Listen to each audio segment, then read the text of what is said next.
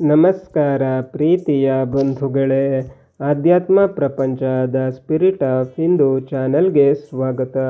ಭಗವದ್ಗೀತೆ ಅಧ್ಯಾಯ 9 ರಾಜವಿದ್ಯಾ ರಾಜಗುಹ್ಯ ಯೋಗ ಶ್ಲೋಕ 16. ಭಗವಂತನನ್ನು ಹೇಗೆ ಅನುಸಂಧಾನ ಮಾಡಬೇಕು, ಹೇಗೆ ಮಾಡಬಾರದು ಎನ್ನುವ ಅರಿವನ್ನು ಕೊಟ್ಟ ಕೃಷ್ಣ ಮುಂದೆ ಭಗವಂತನ ವಿಭೂತಿಯನ್ನು ಬೇರೆ ಬೇರೆ ಪ್ರತೀಕಗಳಲ್ಲಿ ಹೇಗೆ ಅನುಸಂಧಾನ ಮಾಡಬೇಕು ಎನ್ನುವುದನ್ನು ವಿವರಿಸುತ್ತಾನೆ. ಇಡೀ ವಿಶ್ವದ ಅಣು ಕಣಗಳಲ್ಲಿ ತುಂಬಿರುವ ಭಗವಂತನ ಅನುಸಂಧಾನ ಹಾಗೂ ಅದರ ವಿಶಿಷ್ಟ ಉಪಾಸನೆಯ ವಿವರವನ್ನು ಈ ಅಧ್ಯಾಯದ ಮುಂದಿನ ಭಾಗದಲ್ಲಿ ಕೃಷ್ಣ ವಿವರಿಸಿದ್ದಾನೆ. ಬನ್ನಿ, ಈ ಅಪೂರ್ವ ವಿಶಿಷ್ಟ ಜ್ಞಾನವನ್ನು ಭಗವಂತನಿಂದಲೇ ಕೇಳಿ ತಿಳಿದು ಕೃತಾರ್ಥರಾಗೋಣ. ಅಹಂ ಕ್ರತುರಹಂ ಯಜ್ಞ ಸ್ವದಾ ಅಹಮಹಂ ಔಷಧಂ ಮಂತ್ರೋ ಅಹಮಹಮೇವ ಆಜ್ಯಂ ಅಹಮಗ್ನಿರಹಂ ಹುತಂ. ನನ್ನಿಂದ ಯಾಗ, ನನ್ನ ಕ್ರಿಯೆ ನನ್ನ ಸ್ವರೂಪವಾದ್ದರಿಂದ ನಾನು ಕ್ರತು.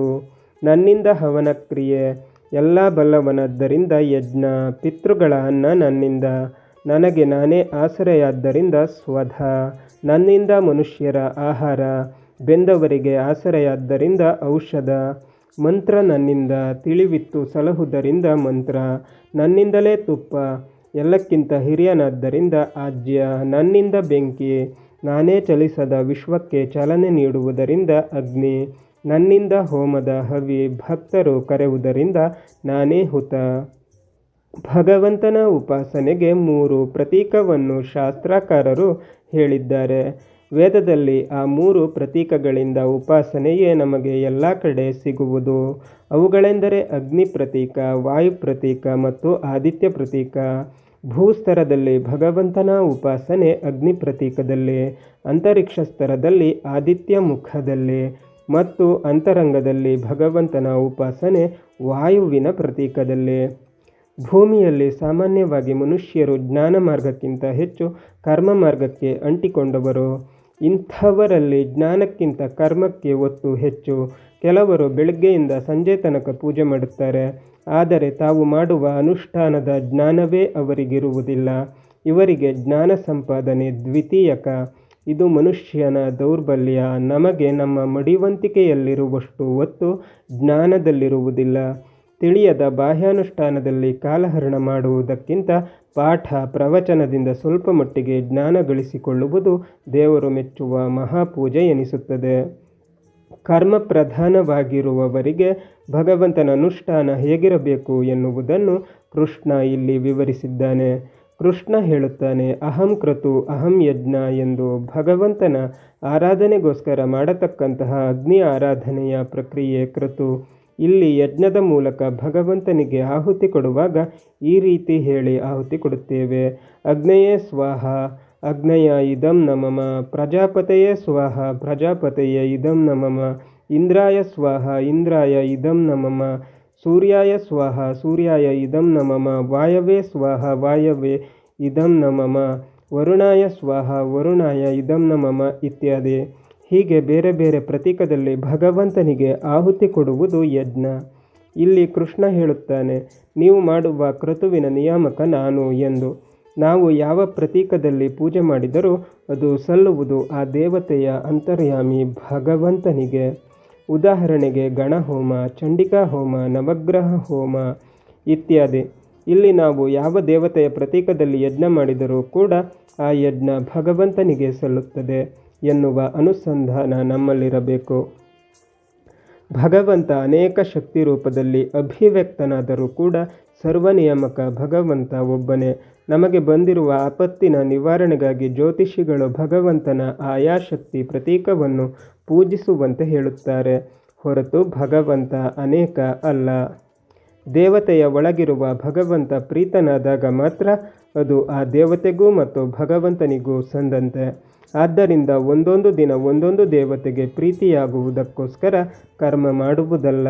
ಸರ್ವಾಂತರ್ಯಾಮಿ ಭಗವಂತನಿಗೆ ನಮ್ಮ ಪೂಜೆ ಮೀಸಲಾಗಿರಬೇಕು. ನಮ್ಮ ದೇಹದೊಳಗೆ ತತ್ವಾಭಿಮಾನಿ ದೇವತೆಗಳಿದ್ದಾರೆ. ಅವರನ್ನು ನಿಯಮನ ಮಾಡಿಕೊಂಡು ಆ ಭಗವಂತನಿದ್ದಾನೆ. ಈ ತತ್ವಾಭಿಮಾನಿ ದೇವತೆಗಳು ಭಗವಂತನ ಅನುಗ್ರಹದಿಂದ ನಮ್ಮನ್ನು ಸನ್ಮಾರ್ಗದಲ್ಲಿ ನಡೆಸಲಿ. ಎಂದು ಅವರ ಅಂತರ್ಯಾಮಿಯಾದ ಭಗವಂತನನ್ನು ಆರಾಧಿಸುವುದು ಯಜ್ಞ.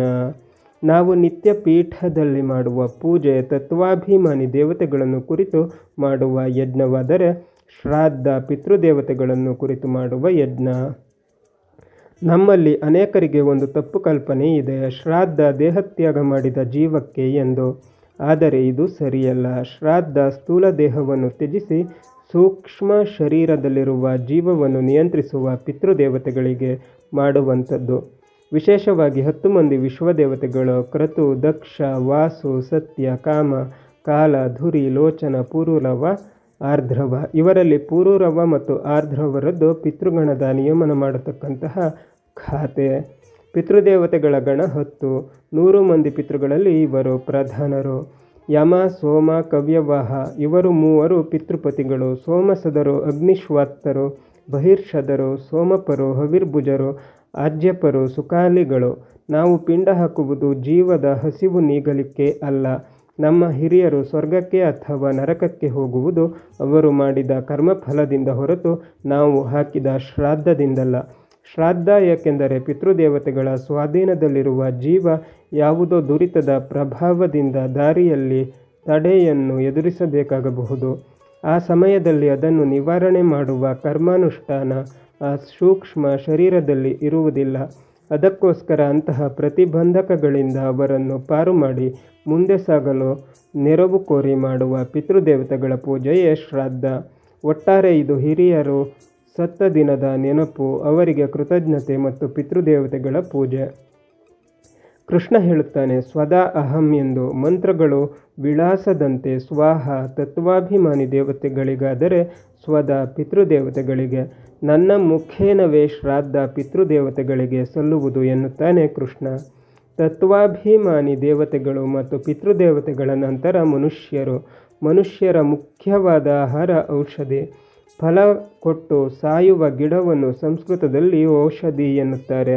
ಆ ಗಿಡದ ಪ್ರಸವವೇ ಅದರ ಸಾವು. ಮನುಷ್ಯ ತಿನ್ನುವ ದವಸ ಧಾನ್ಯ ಎಲ್ಲವೂ ಔಷಧಿಗಳು.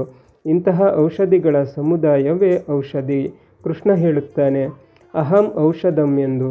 ನಾವು ತಿನ್ನುವ ದವಸ ಧಾನ್ಯ ಸಲ್ಲುವುದು ಕೂಡ ವೈಶ್ವಾನರನಾಗಿ ಒಳಗೆ ಕುಳಿತಿರುವ ಭಗವಂತನಿಗೆ.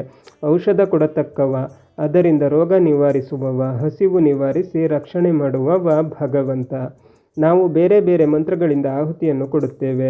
ಈ ಹಿಂದೆ ಹೇಳಿದಂತೆ ಮಂತ್ರ ವಿಳಾಸವಿದ್ದಂತೆ ಕೊಡುವ ಆಹುತಿ ಎಲ್ಲವೂ ಭಗವಂತನಿಗೆ ಸೇರುವುದಾದರೆ ಬೇರೆ ಬೇರೆ ವಿಳಾಸವೇಕೆ? ಕೃಷ್ಣ ಹೇಳಿದ, ಬೇರೆ ಬೇರೆ ವಿಳಾಸದಲ್ಲಿರುವ ನನಗೆ ಎಂದು. ಭಗವಂತ ಏಕ, ಆದರೆ ಆತನ ರೂಪ ಅನೇಕ. ನಾವು ಯಾವ ಮಂತ್ರದಿಂದ ಕಳುಹಿಸಿದರೂ ಕೂಡ ಅದು ಸೇರುವುದು ಎಲ್ಲ ಮಂತ್ರದಿಂದ ವಾಚ್ಯನಾದ ಸರ್ವ ಶಬ್ದ ವಾಚ್ಯ ಭಗವಂತನನ್ನು. ಹೀಗೆ ಬೇರೆ ಬೇರೆ ಶಕ್ತಿ ರೂಪವನ್ನು ಬೇರೆ ಬೇರೆ ದೇವತಾ ಪ್ರತೀಕದಲ್ಲಿ ಪೂಜಿಸಿದರೂ ಕೂಡ ಪ್ರತಿಯೊಂದು ನಾಮವೂ ಸಹ ಅಂತತಃ ಭಗವಂತನನ್ನೇ ಹೇಳುತ್ತದೆ. ಎಲ್ಲವುದರ ಸಾರವೂ ಭಗವಂತ. ಇದಕ್ಕೆ ಉತ್ತಮ ಉದಾಹರಣೆ ತೆಂಗಿನಕಾಯಿ. ಸಿಪ್ಪೆ ಸಹಿತವಾಗಿರುವ ತೆಂಗಿನಕಾಯಿ ಉರಿಯುವ ಬೆಂಕಿಯಂತೆ. ಸಿಪ್ಪೆಯೊಳಗಿನ ಕಾಯಿ ಬೆಂಕಿಯ ಅಂತರ್ಯಾಮಿ ಅಗ್ನಿದೇವತೆಯಂತೆ. ಚಿಪ್ಪಿನ ಒಳಗಿನ ಕೊಬ್ಬರಿ ಅಗ್ನಿದೇವತೆಯೊಳಗಿನ ಭಗವಂತನಂತೆ. ಇಲ್ಲಿ ನಾವು ಎಲ್ಲವನ್ನೂ ಕರೆಯುವುದು ತೆಂಗಿನಕಾಯಿ ಅಥವಾ ಅಗ್ನಿ ಅಂತಲೇ. ಹೇಗೆ ನಿಜವಾದ ತೆಂಗಿನಕಾಯಿ ಒಳಗಿನ ಸಾರವೋ ಹಾಗೆ ನಿಜವಾದ ಅಗ್ನಿ ಅಂತತಃ ಅಂತರ್ಯಾಮಿ ಭಗವಂತ. ಈ ಶ್ಲೋಕದಲ್ಲಿ ಕೃಷ್ಣ ಇದನ್ನೇ ಅಹಂ ಅಗ್ನಿ ಎಂದಿರುವುದು. ಕೃಷ್ಣ ನಾವು ಆಹುತಿಯಾಗಿ ಕೊಡುವ ಒಂದು ಪ್ರಮುಖ ವಸ್ತುವನ್ನು ಉದಾಹರಣೆಯಾಗಿ ತೆಗೆದುಕೊಂಡು ಹೇಳುತ್ತಾನೆ, ಅಹಂ ಏವ ಆಜ್ಯಂ ಎಂದು. ಆಜ್ಯ ಎಂದರೆ ತುಪ್ಪ. ಆಜ್ಯದಲ್ಲಿ ದೇವತೆಗಳನ್ನು ತಣಿಸುವ ವಿಶಿಷ್ಟ ಶಕ್ತಿ ಇದೆ. ಆಜ್ಯದಲ್ಲಿ ವಿಶಿಷ್ಟ ಶಕ್ತಿಯಾಗಿ ನಾನಿದ್ದೇನೆ ಎನ್ನುವ ಕೃಷ್ಣ ನಾನೇ ಹೋಮದ ಹವಿ, ಅಹಂ ಹುತಂ ಎನ್ನುತ್ತಾನೆ. ಹವಿಸ್ಸು ಎಂದರೆ ಭಗವಂತನಿಗೆ ಅರ್ಪಿಸುವ ಹೋಮದ್ರವ್ಯ. ಆ ಹವಿಸ್ಸಿನಲ್ಲಿ ವಿಶೇಷ ಶಕ್ತಿ ಇರುವುದು ಆ ಭಗವಂತನಿಂದ. ನಾವು ಅರ್ಪಿಸುವ ಹವಿಸ್ಸು ಎಂದೂ ವ್ಯರ್ಥವಲ್ಲ. ಅಗ್ನಿಗೆ ಅರ್ಪಿಸಿದ ಹವಿಸ್ಸು ಅಗ್ನಿಯಿಂದ ಹೊರಹೊಮ್ಮುವ 7 ಬಣ್ಣಗಳ ಮುಖೇನ ವಾತಾವರಣದಲ್ಲಿನ ಸೂರ್ಯಕಿರಣದೊಂದಿಗೆ ಸೇರಿ ಸಮಾಜಕ್ಕೆ ಫಲವನ್ನು ಕೊಡುತ್ತದೆ. ಹವಿರ್ಭಾಗವನ್ನು ಸ್ವೀಕರಿಸುವ ಭಗವಂತ ಹವಿರ್ಹರಿ. ನಾವು ಯಾವುದೇ ನಾಮವನ್ನು ಉಚ್ಚರಿಸಿ ಹವಿಸ್ಸನ್ನು ಅರ್ಪಿಸಿದರೂ ಅದು ಸೇರುವುದು ಸರ್ವ ಶಬ್ದ ವಾಚ್ಯನಾದ ಭಗವಂತನನ್ನು. ಸರ್ವದೇವ ನಮಸ್ಕಾರ ಕೇಶವಂ ಪ್ರತಿಗಚ್ಚತೆ. ಭಗವಂತ ಎಲ್ಲ ಶಬ್ದಗಳಿಂದ ವಾಚ್ಯನಾದವನು. ಆದ್ದರಿಂದ ಯಾವ ಶಬ್ದವನ್ನು ಹೇಳಿದರೂ ಅದು ಸೇರುವುದು ಅವನನ್ನೇ. ಹೀಗೆ ಹವಿಸ್ಸನ್ನು ಸ್ವೀಕರಿಸಿ ಭಕ್ತರ ಪಾಪವನ್ನು ಪರಿಹರಿಸುವ ಭಗವಂತ ಹವಿರ್ಹರಿ. ಈ ಶ್ಲೋಕವನ್ನು ಇನ್ನೊಂದು ಆಯಾಮದಲ್ಲಿ ನೋಡಿದರೆ ಇಲ್ಲಿ ಬರುವ ಒಂದೊಂದು ಶಬ್ದವನ್ನು ಭಗವಂತನಲ್ಲಿ ಅನುಸಂಧಾನ ಮಾಡು ಎನ್ನುವ ಸಂದೇಶವನ್ನು ಕಾಣುತ್ತೇವೆ. ಕ್ರತು, ಭಗವಂತನೇ ಕ್ರತು ಶಬ್ದದ ಮುಖ್ಯಾರ್ಥ. ಕ್ರತು ಕ್ರಿಯೆ, ಜ್ಞಾನ ಇತ್ಯಾದಿ ಅರ್ಥವನ್ನು ಕೊಡುತ್ತದೆ. ಕ್ರಿಯಾಸ್ವರೂಪ, ಜ್ಞಾನಸ್ವರೂಪ ಭಗವಂತ ಕ್ರತು. ನಮ್ಮಲ್ಲಿ ನಂಬಿಕೆ, ಇಚ್ಛಾಶಕ್ತಿ, ಕ್ರಿಯಾಶಕ್ತಿ ಹಾಗೂ ಅನುಕೂಲತೆ ಕೊಟ್ಟು ನಮ್ಮ ಹಿಂದೆ ನಿಂತು ಕ್ರಿಯಾಕಲಾಪಗಳನ್ನು ನಡೆಸುವ ಜ್ಞಾನಸ್ವರೂಪನು, ಕರ್ಮದ ಕಟ್ಟಿನಿಂದ ನಮ್ಮನ್ನು ಪಾರು ಮಾಡುವವನು ಆದ ಭಗವಂತ ಕ್ರತು. ಯಜ್ಞ, ಯಜ್ಞ ಅಂದರೆ ಎಲ್ಲವನ್ನೂ ತಿಳಿದವನು, ಜ್ಞಾನರೂಪಿಯಾಗಿ ಎಲ್ಲೆಡೆ ಇರುವ ಭಗವಂತ. ಎಲ್ಲ ಕ್ರಿಯೆಗಳಿಂದ ಎಲ್ಲರೂ ಆರಾಧಿಸಬೇಕಾದ ಯಜ್ಞದ ಅಂತರ್ಯಾಮಿ. ಸ್ವದ ಎಂದರೆ ತನ್ನನ್ನು ತಾನು ಆಧರಿಸಿ ನಿಂತ ಸರ್ವನಿಯಾಮಕ ಭಗವಂತ. ಔಷಧ ಎಂದರೆ ಸಂಸಾರ ತಾಪದಲ್ಲಿ ಬಿದ್ದು ಒದ್ದಾಡುವವರಿಗೆ ಆಸರೆ, ಮೋಕ್ಷಪ್ರದ. ಮಂತ್ರ, ಜ್ಞಾನಪೂರ್ವಕವಾಗಿ ಅನುಸಂಧಾನ ಮಾಡುವವರನ್ನು ರಕ್ಷಣೆ ಮಾಡುವ ಭಗವಂತ ಮಂತ್ರ. ಮಂತ್ರ ನಮ್ಮನ್ನು ರಕ್ಷಣೆ ಮಾಡುವುದು ನಾವು ತಿಳಿದು ಪಠಿಸಿದಾಗ ಮಾತ್ರ, ಇಲ್ಲದಿದ್ದರೆ ಕಿಂಚಿತ್ ಫಲ ಮಾತ್ರ, ಮಹಾಫಲದಿಂದ ವಂಚಿತರಾಗುತ್ತೇವೆ. ಭಗವಂತ ಎಲ್ಲಕ್ಕಿಂತ ದೊಡ್ಡ ವಸ್ತು. ಆದ್ದರಿಂದ ಆತ ಆಜ್ಯ. ಚಲಿಸದೇ ಇರುವ ವಸ್ತುವಿಗೆ ಚಲನೆ ಕೊಡುವ ಭಗವಂತ ಅಗ್ನಿ. ಎಲ್ಲ ಭಕ್ತರಿಂದ ಆಹುತನಾದ್ದರಿಂದ ಭಗವಂತ ಹುತ.